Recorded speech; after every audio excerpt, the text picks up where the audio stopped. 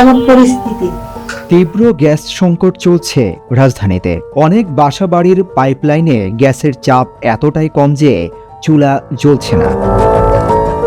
রাত 12টা বেজে যায় এখানে গ্যাস আসতে আসতে, আর ভোর 5টা 5:30 পর্যন্ত থাকে, এরপর আর কি চলে যায়।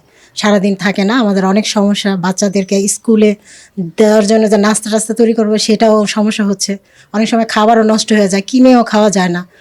আর সারাদিন যেহেতু গ্যাস থাকে না, আমাদের রান্নার খুব কষ্ট হচ্ছে। আমাদের লার্কির চুলায় রান্না করা লাগতেছে। কোথাও কোথাও ভোর বা গভীর রাতে কয়েক ঘন্টার জন্য গ্যাস মিললেও তা দিয়ে স্বাভাবিক রান্না সম্ভব হচ্ছে না। এতে অনেক পরিবার একবেলার খাবার রান্না করতেই হিমশিম খাচ্ছে। ফলে মারাত্মকভাবে ব্যাহত হচ্ছে দৈনন্দিনের জীবনযাত্রা।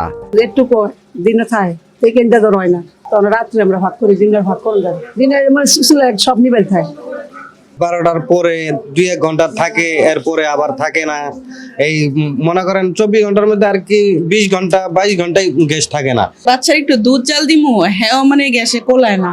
সকাল 8টার দিকে যদি রাঁধতে আসি দেখা গেছে 2টা বাজে যাক, খাবারের টাইম পার হয়ে যায়, তাও খাওয়া দাওয়া হয় না। রাজধানীর বিভিন্ন এলাকায় ঘুরে গ্যাস সংকটের এমন চিত্র দেখা গেছে। টানা বেশ কিছুদিন ধরেই গ্রাহকদের এমন ভোগান্তির মধ্য দিয়ে যেতে হচ্ছে। দেখেন জ্বলে না, তাহলে আমরা কি করবো বলেন? আমরা তো রান্না খাইতে হইব নাকি? 6টা 5:30 জায়গা সারাদিন গ্যাস থাকে না, আমরা কিভাবে রান্না বাড়া করি?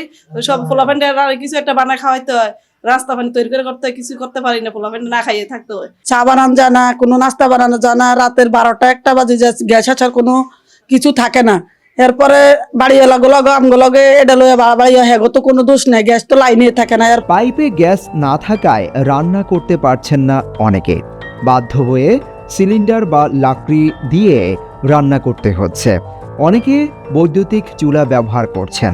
এতে যে বাড়তি খরচ আর ঝামেলা হচ্ছে তা মধ্যবিত্তের কাছে বোঝা হয়ে দাঁড়িয়েছে। খুবই ভোগান্তিতে আছি। ছোট বাচ্চা নিয়ে আমরা 4টা-5টা বাজে উঠে তো রান্না করতে পারি না, সেজন্য আমরা এখন খুব কষ্টে আছি। বাধ্য হয়ে অনেকেই আবার বাইরের খাবারের উপর নির্ভর করছেন। আর এদিকে দাম বেড়ে প্রায় দ্বিগুণ হলেও এলপিজি সিলিন্ডার পাওয়া যাচ্ছে না। আমাদের সবকিছু হচ্ছে যে এখন হোটেল নির্ভর। আমরা 3 বেলা হোটেলে খাচ্ছি। দেন হচ্ছে আমাদের রান্না বান্নার জন্য যে গ্যাস যখনও আসতো তখন হচ্ছে যে রাতে একটা নির্দিষ্ট সময় আসতো, তখন আসলে আমাদের ব্যাচেলার হিসেবে আমাদের ওই টাইমটুকু রান্না বান্নার জন্য ব্যয় করা আসলে খুবই ডিফিকাল্ট। অধ্যাপক এম শামসুল আলম জ্বালানি বিশেষজ্ঞের কাছে এই বিষয়ে জানতে চাইলে তিনি ফোনে হ্যালো বাংলাদেশকে জানান, গ্যাস সংকটের মূল কারণ হচ্ছে সরকারি কর্মকর্তা ও ব্যবসায়ীদের সিন্ডিকেট। এ থেকে যদি এখনই পরিত্রাণ না পাওয়া যায় তাহলে আরো একটি 5ই আগস্টের সম্ভাবনা দেখা দিতে পারে।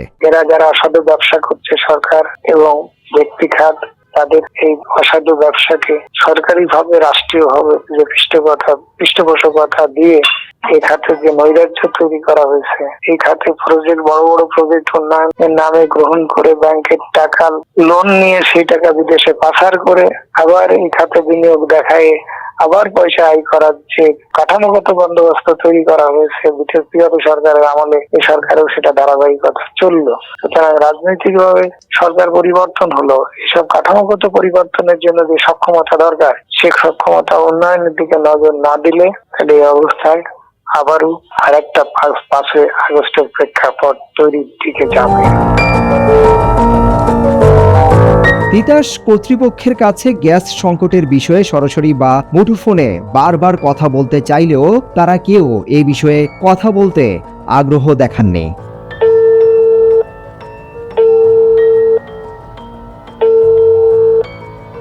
জানা গেছে তিতাসের বৈধ গ্রাহকদের জন্য প্রয়োজনীয় গ্যাস সরবরাহ করা হচ্ছে, তবে অবৈধ সংযোগের কারণে কিছু এলাকায় বৈধ গ্রাহকরাও পর্যাপ্ত গ্যাস পাচ্ছেন না। পরিস্থিতি অনেকটা চোর পুলিশ খেলার মতো।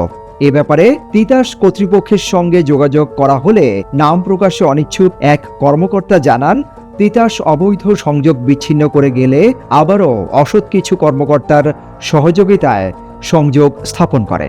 এতে বৈধ গ্রাহকরা ভোগান্তিতে পড়ছেন। তিতাসের পক্ষ থেকে বলা হচ্ছে, জনগণকেও গ্যাস ব্যবহারে সচেতন হতে হবে, তা না হলে গ্যাস সংকট কাটানো কঠিন হবে। সুপ্রিয় দর্শক, চুলা আছে কিন্তু গ্যাস নেই। তীব্র সংকটে আছে ভুক্তভোগীরা।